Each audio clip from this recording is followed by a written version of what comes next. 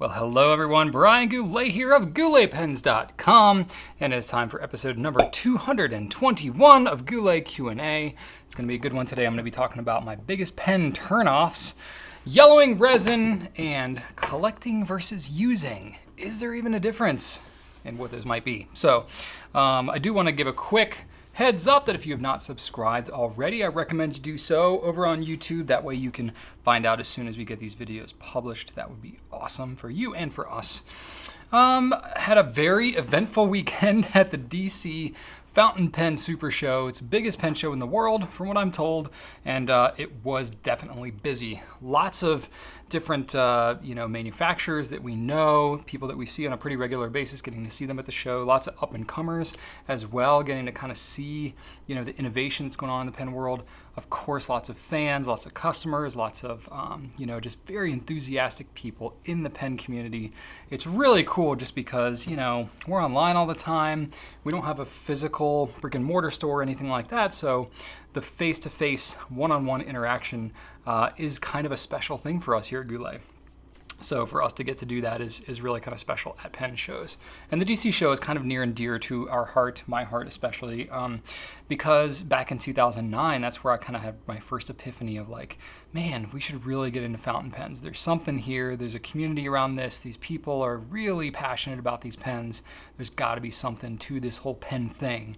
And that is where I just did a deep slide down the cliff into the rabbit hole and have never climbed back out. So anyway, it's also right around the time of me and Rachel's anniversary every year. For the first 7 or 8 years, it was on our anniversary weekend. Now it's like the weekend before. So Rachel and I are celebrating our 12th anniversary this coming weekend, which is pretty cool. We've been together for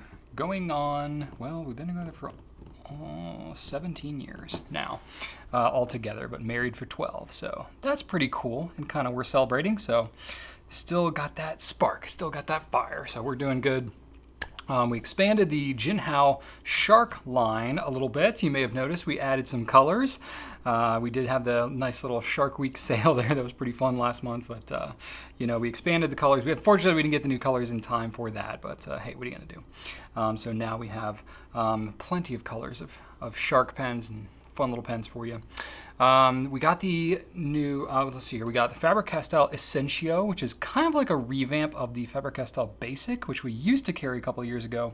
Now we have the Essentio, is essentially a aluminum version of the Basic. So I went around looking for mine. I have a sample of it, and I just could not find it because my office is a complete disaster. Coming back from the pen show, I looked for 5 minutes and it was could not find these pens.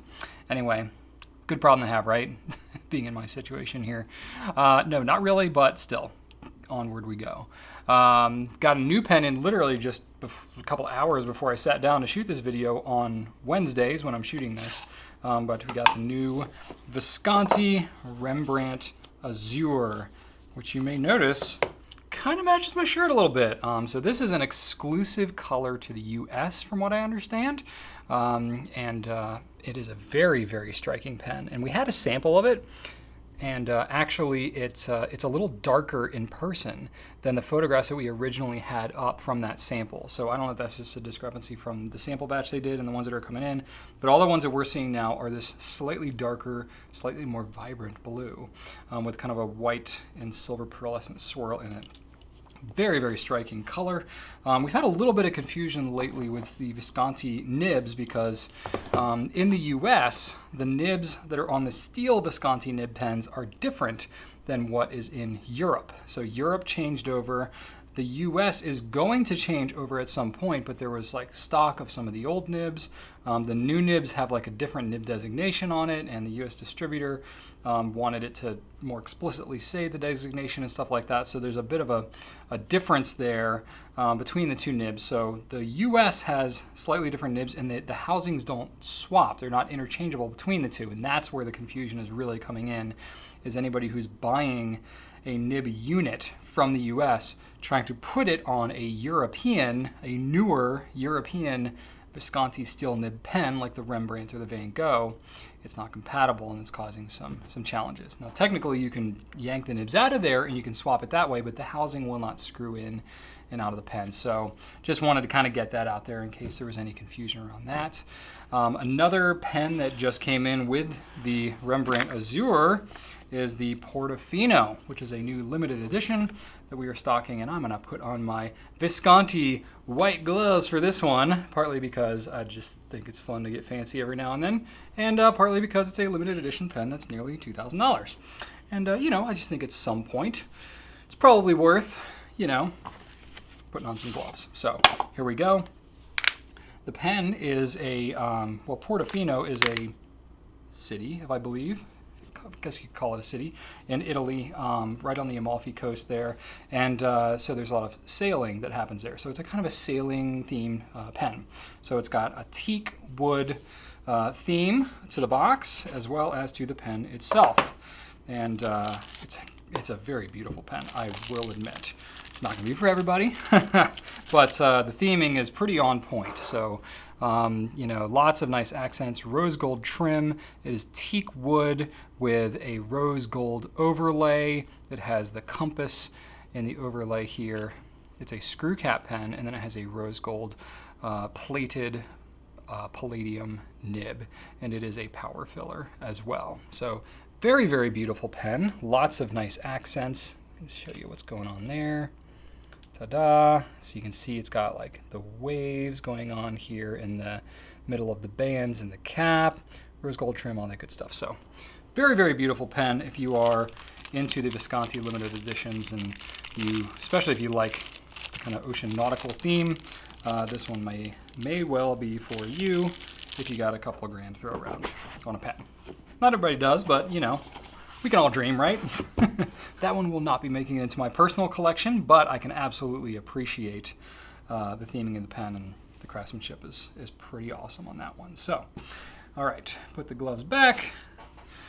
Cool, what else we got here? So we should be restocking a lot of our Monteverde and Conklin pens very soon. I think, you know, so we've been out of stock of them for like months. We've had some Omniflex nibs that we put on some of them, trying to work around, but there's basically been like a nib stocking issue with the Monteverde and Conklin pens. So they have been working through that.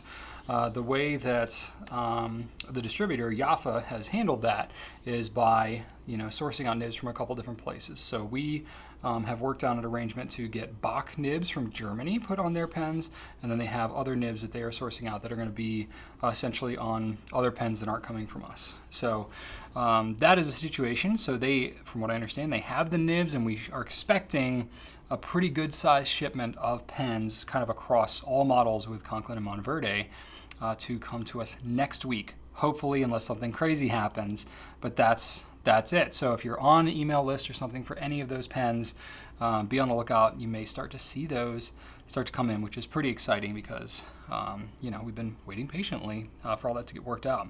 Another thing that's going to be kind of around the corner is the TWSBI Go. I don't have an exact date for that, but that's a lower price TWSBI pen than even the Eco. Very exciting pen. I've not yet seen it in person. I'm just kind of like you. I've seen it on Instagram or on their Facebook page or whatever, and I'm like waiting patiently to see what this pen is like in person. So we've got our order in. It's going to come in as soon as it's ready and available, but that one's there. Also, you may have seen on our site, we have Benu, which is a brand out of Russia, actually. So it's something that I've been keeping an eye on personally on Instagram for a while, because they have some crazy looking pens, you know, like this one. They just have really colorful resins, you know, very out there kind of styles and designs. This one that ends glow in the dark, you know, and they have like other little things like little pen holders and stuff that also glows in the dark, and it's very, very interesting, somewhat out there kind of pens that are something that we are interested in. So, you know, we're waiting on them to stock up on some of their nibs because they didn't have all the nib sizes available right now. So it's going to be like mid-September before we get all those, because we wanted to bring all the nibs in at once. And this is not unusual when we carry a new brand. You know, they may not be ready to, you know, expand or something like that, so they got to get all the parts and pieces in and then be ready to go. So it's gonna be a few weeks yet still, but you can go ahead and sign up for the email notification list for Bennu, and then we will have a better idea of what kind of interest there is, and we can make sure to stock up and have everything that we need to go for when launch time happens. So there's lots and lots and lots and lots and lots of stuff in the works. I will say there's a lot of stuff that we kind of experienced at the DC show that could be possibilities for us, brands that we're talking to. I talked about it in more detail in Right Now on Wednesday with Rachel and Drew, so you can check that out if you're interested specifically more in that. But there are some brands that we're kind of interested in there. And it's going to be a very active next few months, I can say that much at least. No resting on laurels will be happening anytime in the near future at Goulet Pens. Cool. All right, so let's get into the questions this week, shall we? Just checking to make sure audio is going. Okay, cool. So I have 6 questions this week. First one is a pen and writing question from Stuart J on Facebook. What one feature or lack of feature is the biggest turnoff when regarding a pen? So I didn't know whether this was like a question personally directed at me, so I'm going to kind of answer it a little bit kind of in general, I think, with the pen community and kind of more specifically towards me. Kind of cover my bases. Honest to goodness, I'm not turned off by much, apparently, because I have some 700 pens in my collection, and that jumped up quite a bit even just at the DC Pen Show this weekend. So, for me, it's a little bit different because my situation is that it helps me to have as much knowledge and as diverse a collection of pens as possible. So pretty much the weirder and more different and more obscure it is, the more interested I am to kind of acquire it, even if it's not necessarily to my personal liking and my personal preferences. But honestly, I've been exposed to so many different types of pens now that I can appreciate many pens, even if wouldn't necessarily be my personal interest initially. So yeah, I think there's a few things that I have. I was thinking like feature or lack of features. I have preferences, but like whole feature. So I'll get to my thing in a minute, but I want to start with what I think generally the pen community, or at least the customers that are supporting us at Goulet, who we interact with most, kind of what are the biggest factors. So I think hands down, just the way that the pen writes, the way that it feels on the page, the flow of the ink, if you want to consider that a feature, like the feel of the pen while writing specifically, would have to be kind of like the number one turnoff. If somebody likes a really smooth nib and a pen is too toothy, it almost doesn't even matter about the rest of the pen. That's going to be a huge turnoff.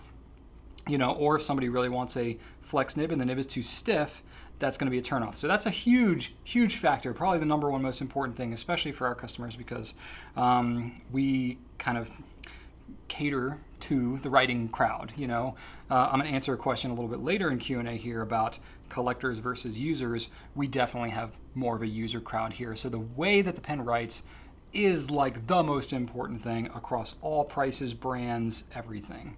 Aside from the way that it writes, price is definitely a most crucial part for most people. Nothing will turn somebody off of seriously considering a pen more than if it's outside of their price range, right? And that could be on the low end too. Typically, though, it's usually on the high end. If you're looking at, just showed you the Visconti Portofino. If you're like, yep, I was not looking for a pen over $50. So clearly that pen is not even anything I'm going to think about. So right there, I don't know if you call that a feature or a lack of feature. So, there's that. Color or material is usually kind of up there too. That's kind of next. If somebody's looking for, they really love the color purple, they want a purple pen, that's the feature they're looking for. If it doesn't have that, then that's kind of it. Or a particular material. If somebody really likes, resin pens, they like that lighter weight and maybe the feel of it, and you show a metal pen, it's like, nope, not interested at all. That could be a huge turnoff, the type of material that it's made of. The nib, like a gold versus steel nib, that can factor into kind of the whole price thing too, but or maybe like nib feel or something like that might fold into there, but that could be considered a feature, the nib type that it is, or a titanium, you could factor that in, but like the nib type could be in there. Also really important to a lot of people is ink capacity, or at least the filling mechanism type. If you're looking for something that has a certain level of ink capacity, maybe you plan to write a lot and you want something like a piston or an eyedropper fill or a vacuum fill that has a higher ink capacity, then you could have an amazing looking cartridge converter pen, but you just be like, no, I really want something with a higher ink capacity. Boom, shut it down. Or if you're like, no, a vacuum filler is kind of too weird and too much work, and I don't really want to deal with that. I want to change up my inks all the time. It's too hard to clean out. Nope.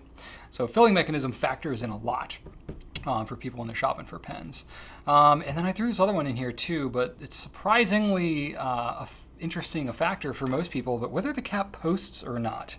And it's really interesting because a lot of people who I find particularly outside of the US, especially in Europe, posting is not nearly as big of a deal as in the US. I think more people post primarily in the US than outside of the US. And it's gotten a little, it's not quite as firm on that. Now it's like there's pens like the Collier or like the Opus 88 Coloro doesn't post, and I think especially if it's a larger pen, it's not as big of a deal.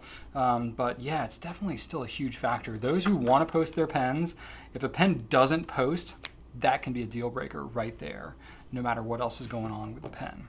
And then for me, I think one of the more important things, no, wait, I got one more to kind of put in here.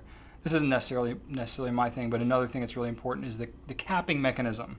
So like whether it's a screw cap or a snap or magnetic or a hook safe lock or something like that, the type of capping mechanism can be a really important feature for people too. For me, I don't know if you consider this a feature, but when I'm writing with a pen personally, aside from the fact that I just get excited about whatever shiny new object is in front of me, when I'm thinking about a pen that I'm seriously going to write with for a long time, I think the feel of the grip, like a pen that doesn't slip around in my hand, that's thick enough for my big hands. There's pens that I think are great pens, like the Lamy CP1s, like the Lamy Safaris, like even the Pilot Metropolitan, pens that I really, really love, that I just don't write with for a long period of time because the grip is just too small for me. And so that right there, I have to have a grip that's a certain size, I have very slick, very oily fingers, personally. So for me, I like to have a grip that's got some grip to it. So I really like, I kind of prefer resins over like a shiny metal. I generally prefer like more of a contoured grip as opposed to like a tapered grip, with the exception of the Lamy 2000. I am into the Lamy 2000, but that's because it's got like a brushed grip. So I tend to do okay writing with that. I keep a Lamy 2000 by my bed and I journal with that. So that is actually kind of the exception that proves the rule, I guess. But I do kind of hold it way back on that pen. I don't really choke up on the front of it because then the grip gets too small. So that's kind of one exception, but other ones generally I prefer to have things like, well, what do I got around here? Yeah, like for me, like the Opus 88 Coloro, for example, which I know is out of stock right now and we're gonna get more in like a month or so, but that's got a pretty good sized grip. It's got a little bit of flair to it on the end that I tend to find more comfortable to hold for longer periods of time than something like a CP1, right? So yeah, it's kind of all over the place. Everybody's got a different preference, but that's why we have so many different like facets and features and search functions on our site, and it's really going to be different for everybody, depending on how you hold your pen, depending on the size of your hands, how you like to write, all these different types of things. It's part of the beauty of fountain pens in general is you get to really cater it to your own preferences, and there's all different kinds of options for everybody based on what it is that you desire. All right, Andrew Goss on Instagram asked, what is the purpose of the tines in the feed? Okay, so I think the tines that you're referring to as the fins is more the technical term. Tines are what you refer to as the part of the nib well, let me show you. I just keep grabbing the pen that we don't have, showing you. I'm just making you kind of feel that, but the tines are the two parts. So the tine's right here. So here's one tine, here's the other tine. The slit cuts down the middle of the nib. You have the tip up here. These are what you refer to as the tines, is these parts that extend out to the tip of the nib. What you're talking about here, I believe, is these little guys, these little fins in the back of the feed, right? So what the heck do those things do? Some pens have them, some pens don't. It gets a little bit confusing. Essentially, you can think of them as kind of like regulators, right? So the ink is, if you think about what a fountain pen is actually doing, it's essentially a controlled leak, right? So you have ink in the body of the pen. You want it to come out in a consistent controlled flow out of the tip of the nib. And so there's physics involved with that. Ink works by capillary action. And if it doesn't have the right adjustment of air-ink interchange, you're either going to have a pen that dries up and the ink doesn't flow out, or you're going to have a pen that just gushes and blobs out and just dumps all the ink out. So you're trying to control that. And the way you do that is through these tiny little channels that run through your feed on the back of the nib, which you can't see unless you remove it. And these fins act as regulators. So if you're writing really fast, it can allow more ink to flow through and allow more air to go in to keep up with that flow. Or if you're writing a little slower, ink can kind of pour in and fill up those fins. Won't necessarily like fill it up all the way, but it can fill up those fins so that when you go to write faster, ink is kind of there, ready to go on demand. So it essentially allows to help regulate how much ink is coming out of the pen so that it feels a little more consistent than if it was just a slit. Now, there's a lot of different ways to design feeds. A lot of different companies have different designs. Not all of them have those giant fins on the outside of the pen. I was thinking I should have grabbed one of said pens.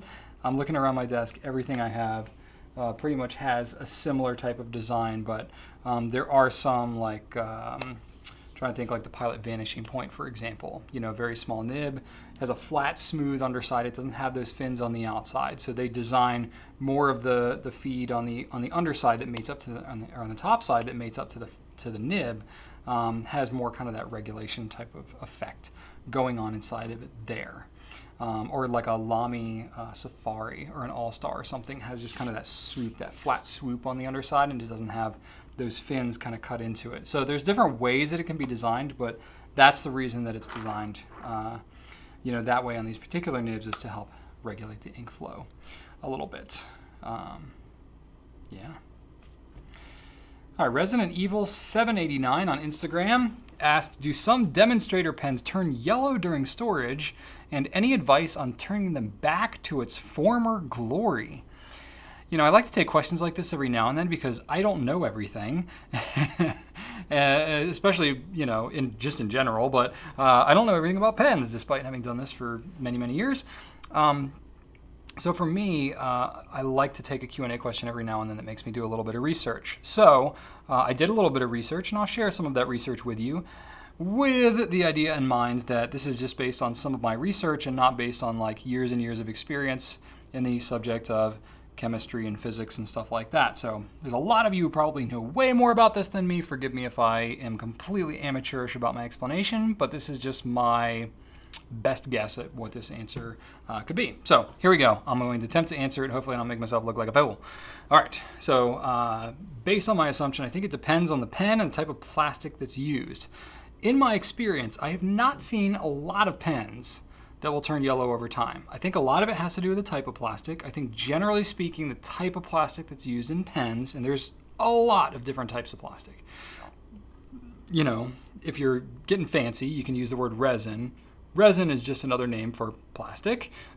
You could technically call a lot of different things resin. Resin is usually what you refer to as like a nicer plastic, like you might use in a pen, the kind of thing that you wouldn't expect to yellow quite as much.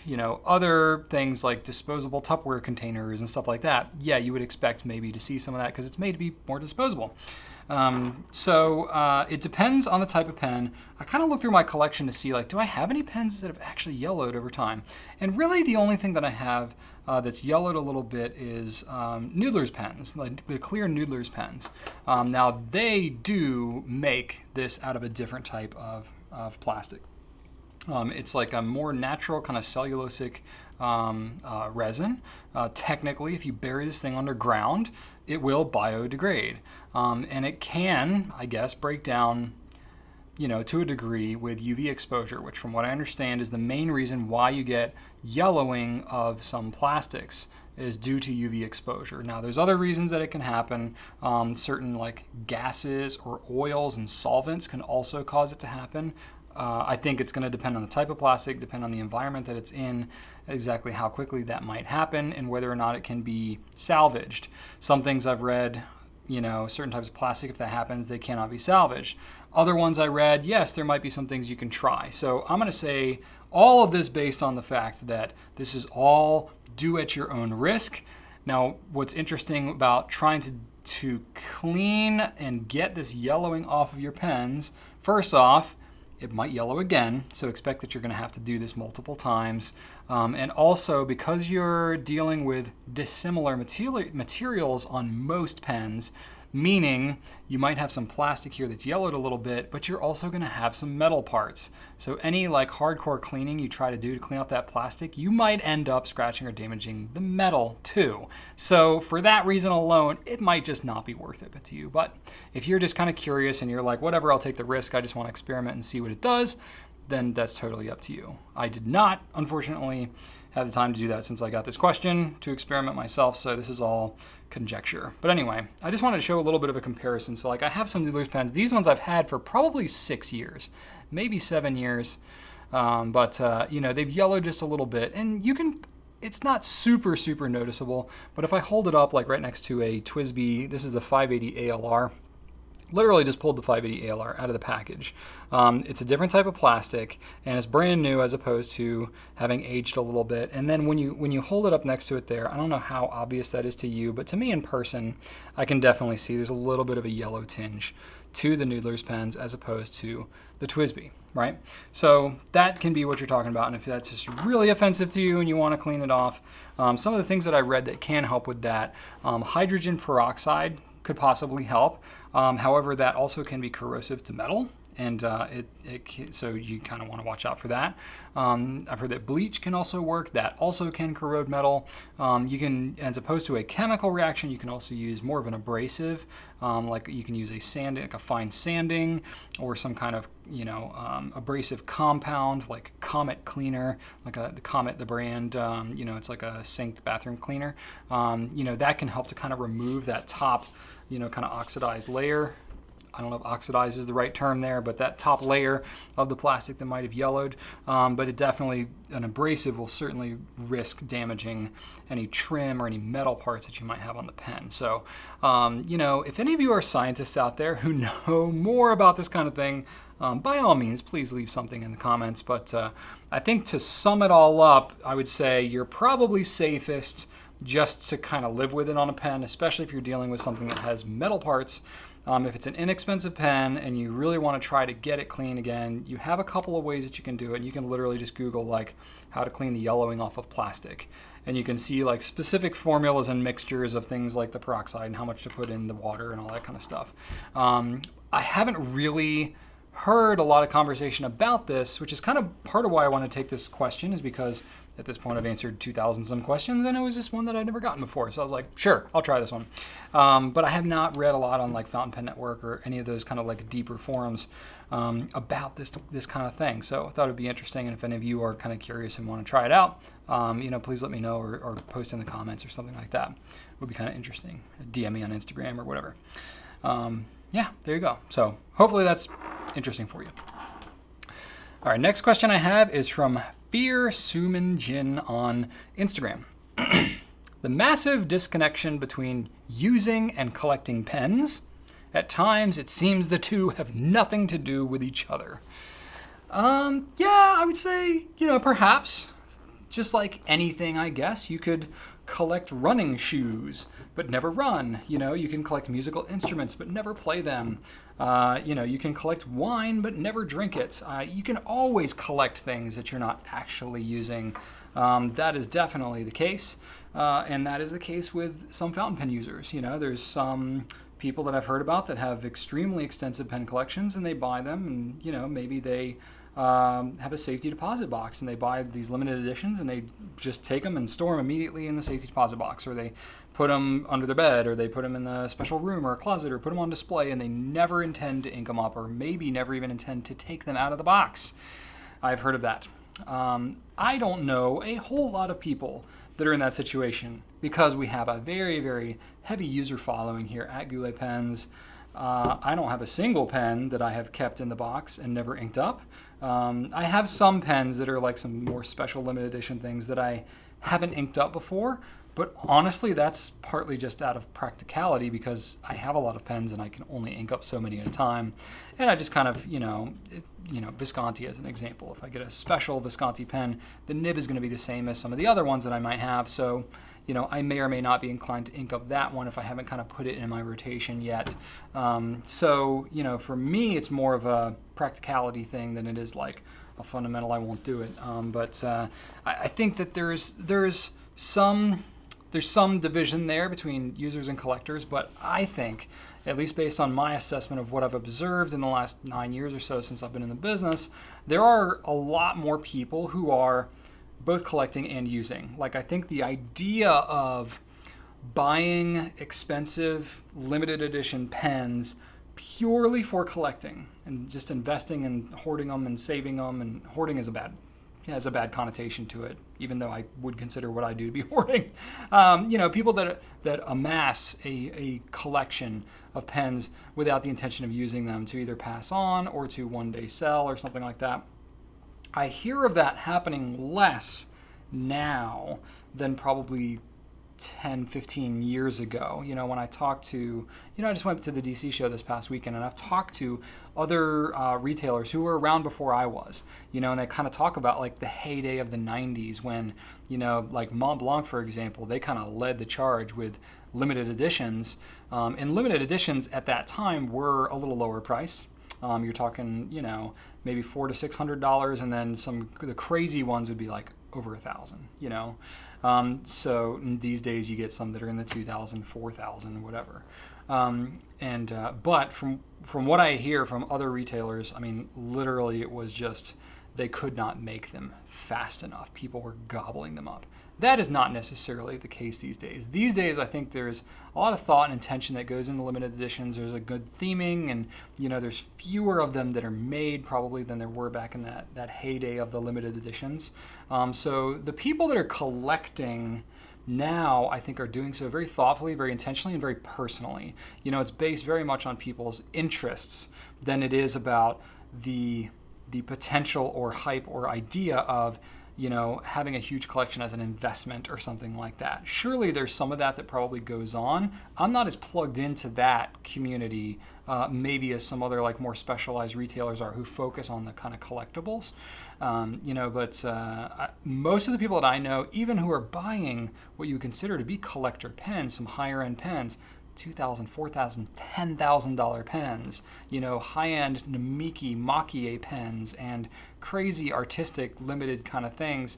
Most of the people that I know who are buying that stuff are still using those pens. Just at the DC show this past weekend, I was talking to somebody else who they witnessed someone buy a $10,000 pen and then immediately ink it up and stick it right in their pocket, and they walked around and went on about the show. It's and to me that's wild, because that's an expensive pen.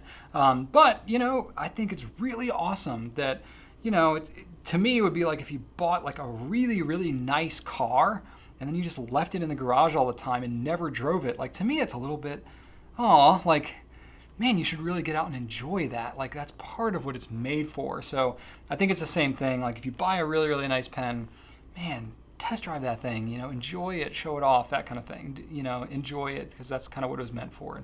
And most of the manufacturers that I know who are making these collector's items, they're dreaming up these crazy things. They're pushing themselves in terms of their artistic skills or, the innovation that they're putting into some of these pens.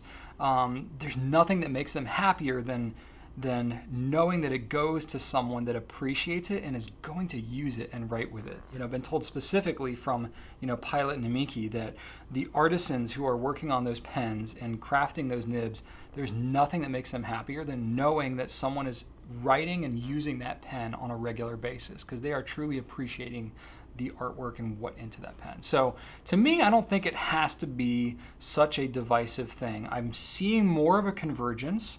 Surely there's some that's going to be kind of one or the other, but I think it's a beautiful thing when the two combine, because it's such a passion-driven kind of passion-oriented hobby or lifestyle, I guess, being into these fountain pens. And it just kind of makes my soul sing a little bit when I know that someone has kind of gotten their holy grail pen and is inking it up and using it and just really enjoying it to its fullest. That is really cool.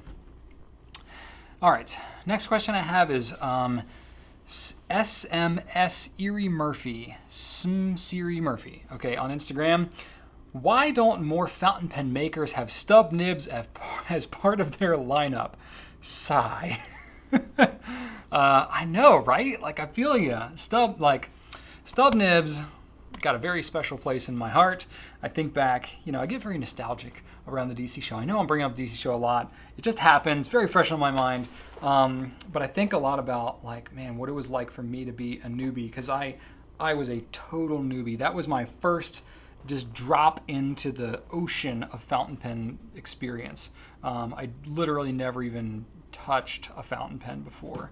I went to that show and it blew my mind. So whenever the DC show rolls around, it throws me right back into being a complete and total noob. And I remember that very, very, very fresh in my mind. So the reason stub nibs kind of come up in that thought process in my mind is because that was some of the first nibs that I was really drawn to, was stub nibs, because for me, I did not have great handwriting starting out. I still don't think my handwriting's that great. It's got a little better, but it's not amazing. For me, the stub nib just like leapfrogged me into like a whole other category of what I thought was my own handwriting quality, visual appeal. And part of that is just the nature of a stub nib. It kind of makes it look more scripty, more calligraphic than a round nib, at least in my mind. I know I'm not the only one that feels that way. So for me, I'm like, yeah, stub nibs are awesome, but I experienced kind of the same thing. Like, stub nibs are not a standard nib offering on every single pen.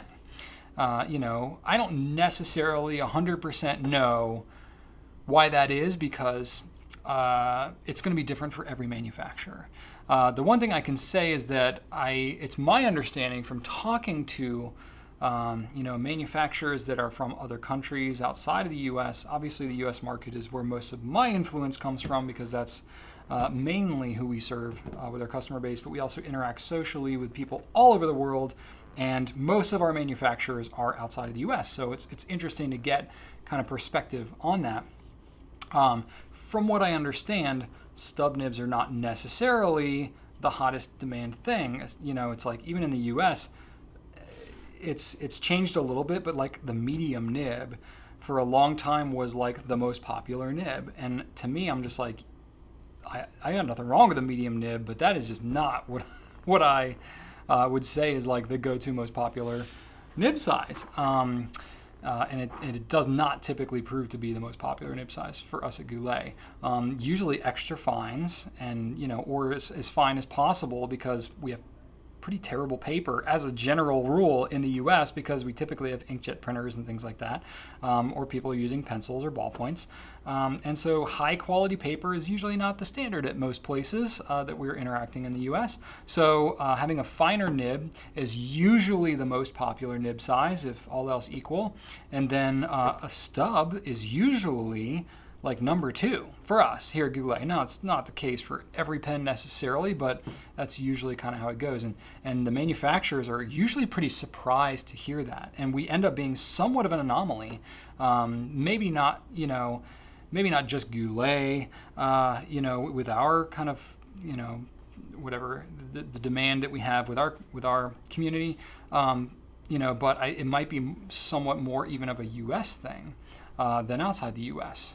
So I think that's And I think part of that maybe has to do with the handwriting style. Part of that has to do with, maybe just the novelty factor. Maybe it's because, it looks kind of more scripty and stuff like that, or it's a way to step up your handwriting a little bit. Maybe if you haven't, kept up with handwriting in a long time, it's certainly other cultures, the ones where fountain pens are coming from, Germany, France, Japan, Italy, things like that, there is more of an emphasis on handwriting in the culture, and kids in school are taught more handwriting and even use fountain pens in their schooling. That hasn't been the standard in the U.S. in a long time, even though historically historically handwriting was very important in the U.S., especially around the turn of the 20th century and all that, when you had Spencerian and Palmer and all that, who were huge influences, not just in handwriting but kind of in society and morality in general. Like there was a huge effort to push the quality of handwriting with morality and stuff like that. And, take that for what it is. That was kind of a historical thing. But, I think that some of the appeal of having these stub nibs is maybe a little bit of a hearkening back to those times when really nice handwriting was kind of a status thing almost. So I don't know if that's necessarily the same thing in other cultures, or maybe like you can have nice handwriting without having to throw a calligraphic looking nib on it, but maybe that's kind of like a little life hack for us in the US. At least that's how I found it to be when I first started out in fountain pens. So for me, it was almost kind of a surprise that there weren't as many stub nibs available on everything. So this is just kind of casual ramblings that I'm having, not meant to make any. I'm certainly not super cultured internationally or historically. These are casual observations from the top of my head. But what I can say is that pretty much every conversation that I'm having with manufacturers and distributors and things like that, who are kind of people that have some influence on what products are offered within their lines, I am advocating for the demand and the interest in things like stub nibs, like flex nibs, like some of these more interesting nib offerings. So if that is something of interest to you, please continue to let us know at Goulet through whatever means, comments, emails, that kind of stuff. Just kind of as an ongoing basis, because the more specifically we know that and we can kind of advocate for that with specific brands, the more likely it is to maybe make that happen. So, and then what I can say is, like, breaking it down even more, usually the finer the stub, actually the more popular it is. Like a 1.1 is typically the finest that's offered for most brands. Some brands may have a 1.1 and a 1.5, maybe a 1.9, and it kind of decreases pretty drastically in demand the broader the stub gets. So that 1 millimeter to 1.1 tends to be kind of the sweet spot for most people. All right, and then I got one more question for you. This is a business question from Elizabeth D on Facebook. Would it be feasible to list a price per milliliter for ink and price per square inch for paper on your site? The paper especially would be great. Feasible? Yes. Practical? Maybe not. I talked to Rachel about this because, Rachel kind of heads up our website. And so she knows a lot about the ins and outs and inner workings of what's possible and what maybe could theoretically be possible, but not practical, to try and get some details on this. So I'll talk about the ink first. So the ink, the challenge, both ink and paper, the challenge is the way that we have stuff on our site is the calculations, at least with what's natively built into our site, which is now Shopify, it wouldn't be dynamic. So we would have to update manually anytime anything changed, which usually the milliliter or the paper size doesn't necessarily change, but the price might, especially if something is on sale or something like that. So with a product catalog of 4,000 products, some of which are pens, right? So there's a lot of pen products in there, but of everything else, ink and paper, you're talking about, I don't have an exact number top of my head, but let's just say it's 2/3 of the products we carry. You're talking nearly 3,000, not quite, but 2,800 or something like that, different products that if anything goes on sale or changes in price, we would have to then manually go through and change all those calculations. That is just not possible. We do not have the resources to manage that. and even to upload it initially would be really overwhelming. So pretty much we would have to have it be a function built into our site to be able to calculate that dynamically. Theoretically, all the data is there. Theoretically, we have, you know, all of the ink bottle sizes or whatever, and we have the prices. Just finding a way to match them up and then display them in such a manner with that calculation on the back end is technically possible, but it would require custom development, and that means money, right? So we have to pay developers to make that happen. A price per milliliter would be simple enough. It's, you know, in theory, but the part of the challenge with that too is that not all of the ink that we sell is even in the same designation. Like a lot of it's in milliliters, some of it's in ounces. Like Noodlers, for example, is 3 ounces. And technically it's not even ounces based on the volume, it's ounces based on the weight. And theoretically you can have a difference of milliliters in a Noodler's bottle based on the density of the ink. I don't think it changes all that much, but I know that's how Nathan calculates it. So that we would have to like convert that to milliliters, and so there's additional calculations that would have to come in there, have some kind of table or data somewhere on the back end that would manage all that, and it just gets really complicated really fast. So it's theoretically possible, but then it would have to fall in line with, okay, if we're going to pay developers to do all that and pay our team and have resources and devote time and energy to calculate all that stuff, is that the best way that we can serve up information to help you all based on all of the other possible things that we could be doing? And for the time being, up to this point, it has not been. So let's see here, there's that. And then paper. Okay, so paper would be much more complicated because we're not already calculating like total number of square inches of a notebook. I mean, it could be done with some calculation, but you would have to then, you know, factor in the overall size, the number of sheets and stuff like that. I don't know how paper weight or anything like that would factor in. I don't know if you would consider 2 sides of a sheet as the square inch, like each side, or just one side of it, because that could potentially be a factor as well. And then it's like a tablet where you're really practically only writing on one side of it. Does that still count the same as like a wire-bound notebook where it's easier to write on 2 sides? This is where it gets a little bit cloudy. But even still, say we just made a decision on that. You know, we don't have that kind of like square inches or millimeters or whatever calculation you want to come up with. You know, and paper is, most of the paper we have is metric sizes anyway. So even doing square inches, you know, would be complicated. But say we choose 1, you know, inches or centimeters or whatever it is, there would be some pretty hardcore calculations that would have to go in there. And then again, you run into that dynamic pricing calculation thing that we're talking about with the ink. So it would be a lot more labor, a lot more work to calculate the paper. It would require measurements, calculations, and then more custom site development. So is it really worth it in the end? And these are the kinds of things that we run into all the time. We get really great suggestions, and it's like, in theory, man, this would be kind of cool.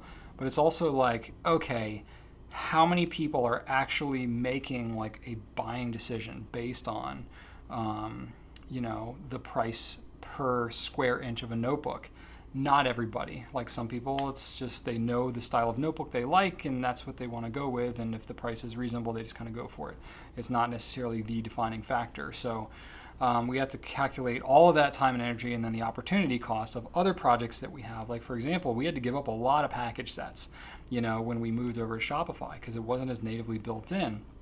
So that is like the #1 thing on our radar, working with our developers, is to have them work on helping to figure it out, and it's been a beast so far. We're still working on it, but it's been a challenge, and so focusing on something like that is going to be far more impactful for us, we know, than something like this. So it can kind of fall into the queue, and if enough, you know, of our customers, and we're getting that kind of feedback, getting asked about it all the time, stays a little more top of mind for us. We talk about it a lot as a team. We run some calculations, figure out kind of the business side of things. Do we have the time? Do we have the energy? Is it going to meet the opportunity cost? All that, because there's a whole practical business aspect to this whole thing, as you can guess. And then we got to just make a decision, and then we go. And then sometimes we we have some successes, and sometimes we make a decision, we try to figure it out, we hit a complete roadblock, and we're like, oh, actually, we thought we could calculate it this certain way, but it turns out, nope, it is not possible. And so we just kind of had a dead end, and we're like, all right, until something changes on the platform or until something happens, it's just not going to make sense. And that's kind of where we're at with this. I still thought it was an interesting mental exercise for me to go through, and then maybe kind of spark the conversation with you all to see, like, is something like this like really, really meaningful, or is it like, it'd be nice to have, but after listening to you talk, Brian, this sounds like way too much work and don't even bother. I kind of wanted to put it out there. That's why I took the question. So, just kind of put, these are the things that go through my head and that I think about at like 11 o'clock at night when I'm prepping these Q&As. So, fun little exercise for me. Another fun Q&A. Thanks so much for watching this one. Got a couple of prompts for you. One of them is the question of the week. And this has to do with the whole collector versus using thing, right? So if you were given any fountain pen in the world that you asked for, your holy grail pen, and you were just given that pen and you had it and that was your pen, would you ink it up? And what would you ink it up with if you would? So go ahead and post that in the comments. And then a writing prompt for you. Maybe you're not interested in leaving a comment on the Q&A and you are just looking for a reason to write with your pen this week. My writing prompt for you is, if you could do anything at all today, knowing that no one would remember what happened except you, write what you would do. So hopefully that doesn't lead you down a really bad path, but it could be interesting. But the prompt for it is like, what's holding you back from kind of taking that leap and doing something, taking that risk, not necessarily like committing a crime that people won't ever know you did. Hopefully that's not the route you go, but you know what? You do you. This is your writing prompt just for you. I thought it would be a nice little fun exercise for you to do. So if you could do anything at all today, knowing that tomorrow no one would remember but you, what would you do? And that's what I got for this week. 221 is in the books. Be sure to like, comment, and subscribe if you dug this video and you have interest in some more of them. Talked about a few pens today. Not a super heavy product Q&A, but even still, you can check them out on gouletpens.com. And we plan to put out more of these things. You keep asking questions, and I'll keep taking them in and giving you answers back. Hope you have a great weekend, a great rest of your week. Thanks so much for watching, and right on.